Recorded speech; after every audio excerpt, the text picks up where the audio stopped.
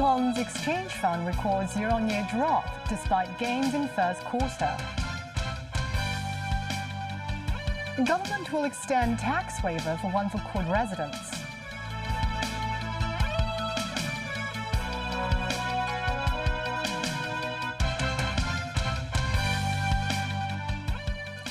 Good evening. Welcome to TVB News. Hong Kong's exchange fund recorded investment gains for 5 consecutive quarters, reaching $34.5 billion in the first quarter of 2026. But the figure dropped by 56% compared with the same period last year.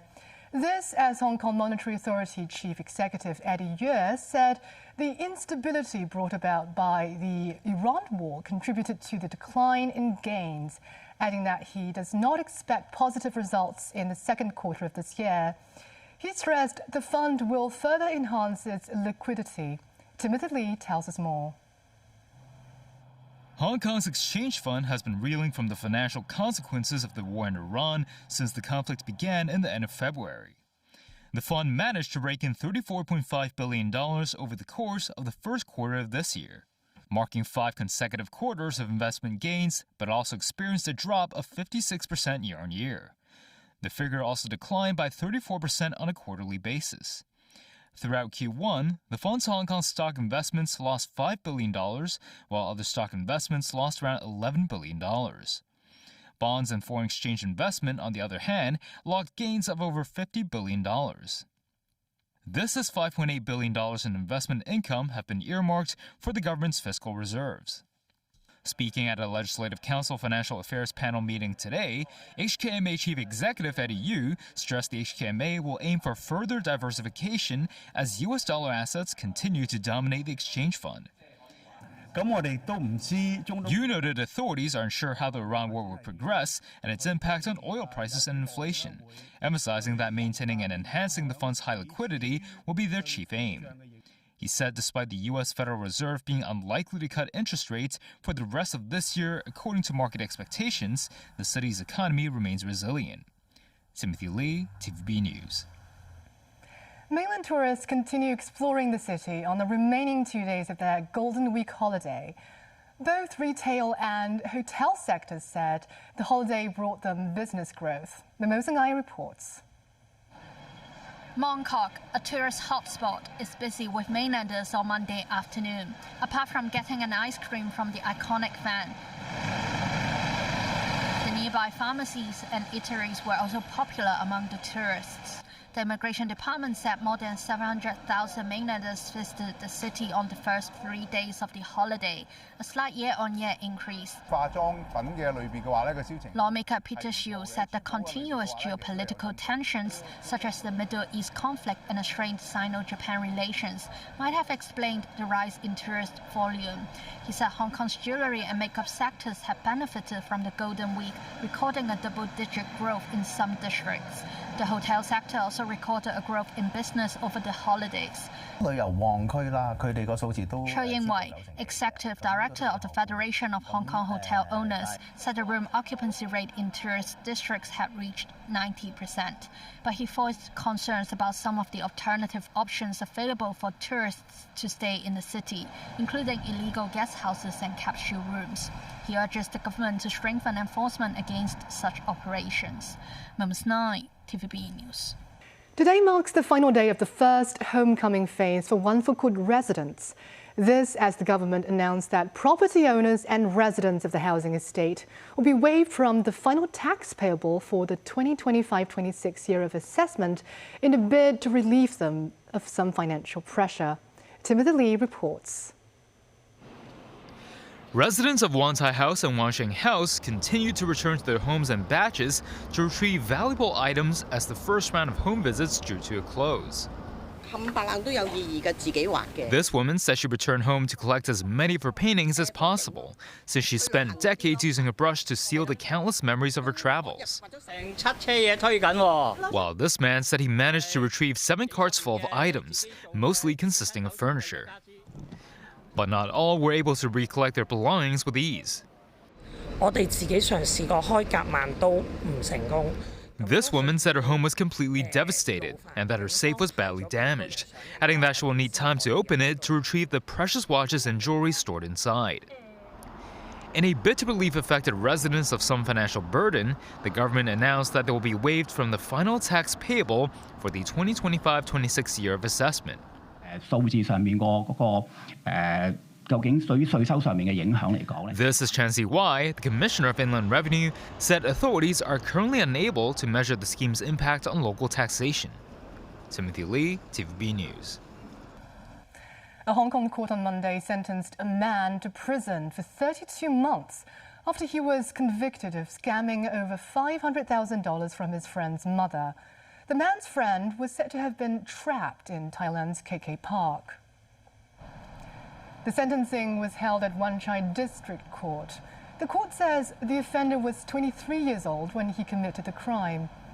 In 2024, the woman received a call from his son saying he had been kidnapped to Thailand's KK Park.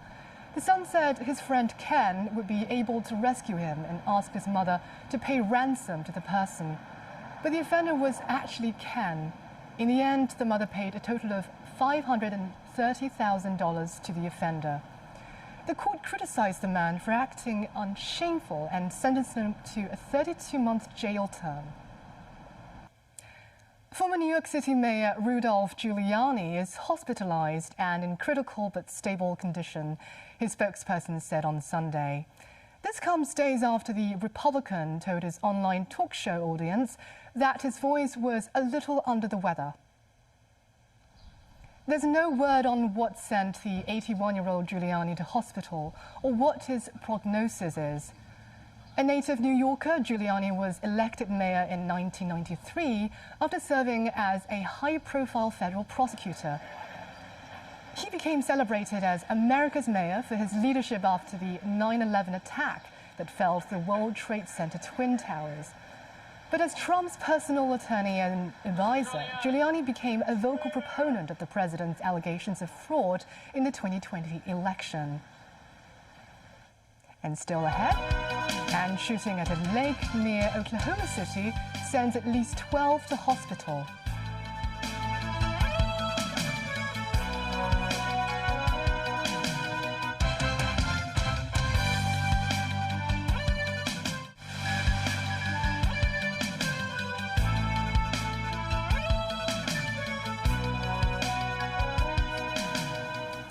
French President Emmanuel Macron was among the leaders of almost 50 countries to gather in the Armenian capital Yerevan for the 8th European Political Community Summit.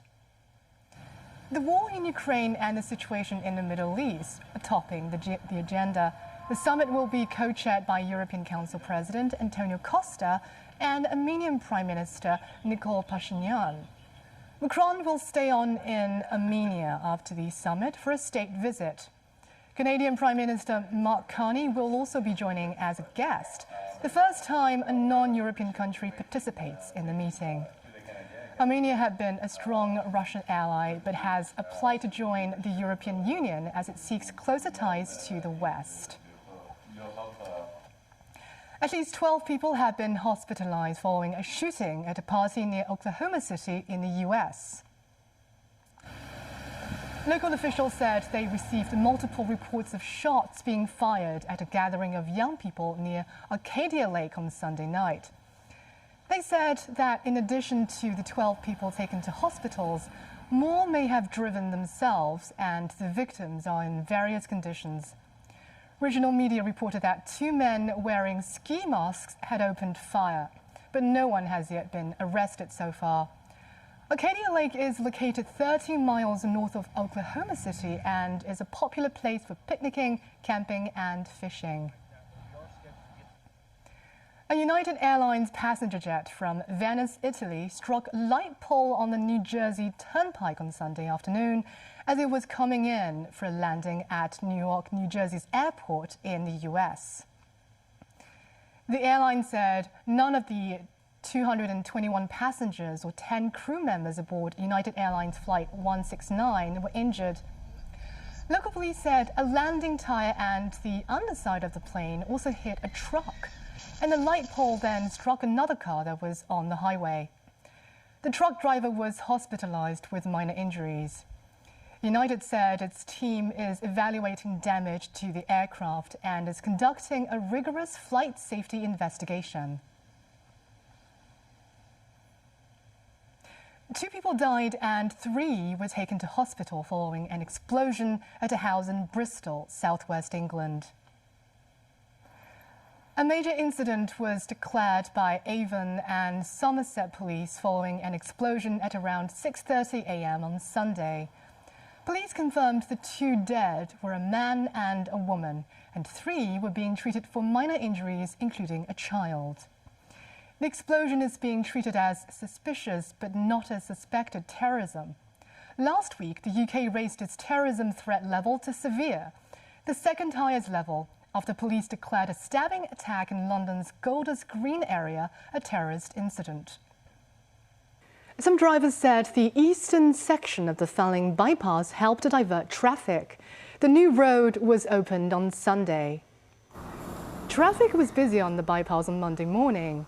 A traffic police was stationed on the side of the road to monitor the situation. A driver thinks the road can help avoid traffic jam black spots, providing another commute option for residents going between Kowloon and to the North District. Another driver said the new road could save about 5 minutes of his time. Celebrations erupted across Milan after Inter clinched the Serie A title with a 2-0 victory over Parma. The Piazza del Duomo was filled with fans clad in blue and black moments after the final whistle at the nearby San Siro, with flares and fireworks lighting up the night sky. The atmosphere stood in stark contrast to a year ago, when supporters faced the combined heartbreak of losing the league title to Napoli and suffering a humiliating 5-0 defeat to Paris Saint-Germain in the Champions League final. And that's the news. Thank you for watching.